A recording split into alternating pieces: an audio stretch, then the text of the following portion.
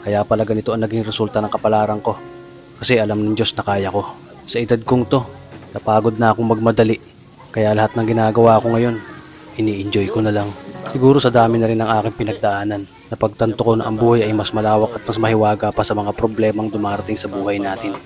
Tumatanda na tayo, baka sa kakahabol natin sa masagana at maayos na buhay, ay hindi na natin na-enjoy ang buhay. Baka nabubuhay na lang tayo dahil nape-pressure tayo sa sasabihin ng ibang tao.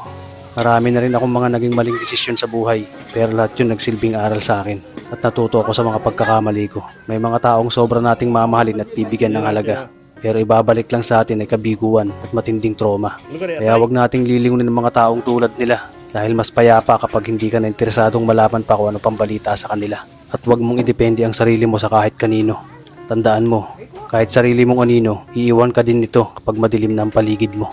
Kailangan natin matutunan na huwag ikumpara ang sarili natin sa iba dahil hindi natin laban ang laban nila. Karera mo to, di nila karera. Dahil ang buhay ay hindi naman nasusukat sa kung sino ang mayaman, kundi kung sino ang payapa.